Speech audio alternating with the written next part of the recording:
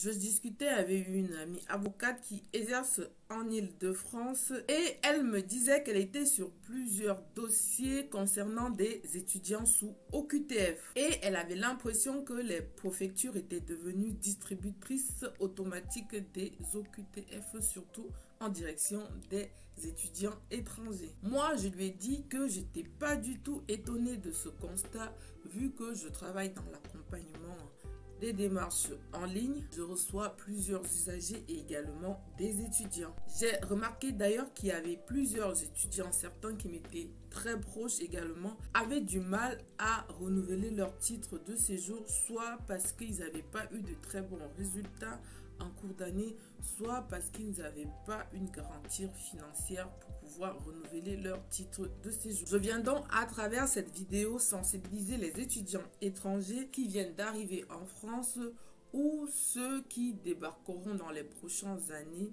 dans le cadre de leur études en France. Je vous invite donc à regarder entièrement cette vidéo car cela peut vous permettre de vous intégrer au plan académique et professionnel sur le territoire français. Premièrement, avant de débarquer en France, et ça c'est très important, il faudrait déjà intégrer dans votre cerveau que obtenir un visa étudiant pour la France n'est pas une fin en soi. Obtenir un visa étudiant n'est pas un but ultime se trouvant au sommet de la hiérarchie de tous les objectifs de l'existence. Il faudrait avoir ça en arrière-plan. Je dis cela parce que j'ai accompagné des étudiants parmi lesquels il y avait ceux qui avaient vraiment les deux pieds sur terre, qui savaient pourquoi ils venaient en France, utiliser les aides qui étaient à leur disposition pour véritablement éclater au niveau académique et professionnel. Mais à côté de ces étudiants consciencieux, il y avait certains étudiants étrangers qui étaient vraiment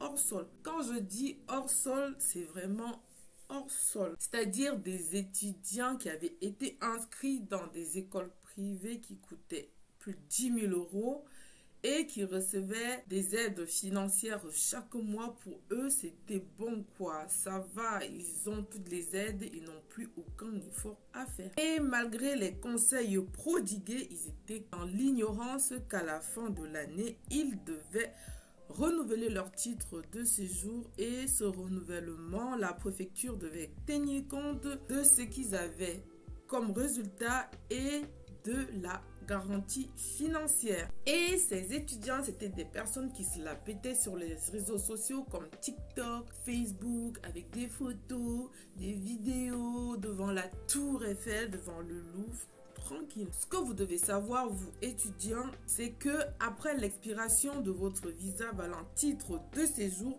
vous devez renouveler ce titre de séjour. Et pour renouveler ce titre de séjour, la préfecture tient compte de votre parcours académique, de votre intégration en France et de la garantie financière qui permettra de vous prendre en charge sur une année. Et le conseil que je peux vous donner pour faciliter votre titre de séjour étudiant en France, c'est que avant même d'obtenir votre visa ou lorsque vous avez déjà votre visa, il faudrait déjà commencer à faire des recherches sur Internet.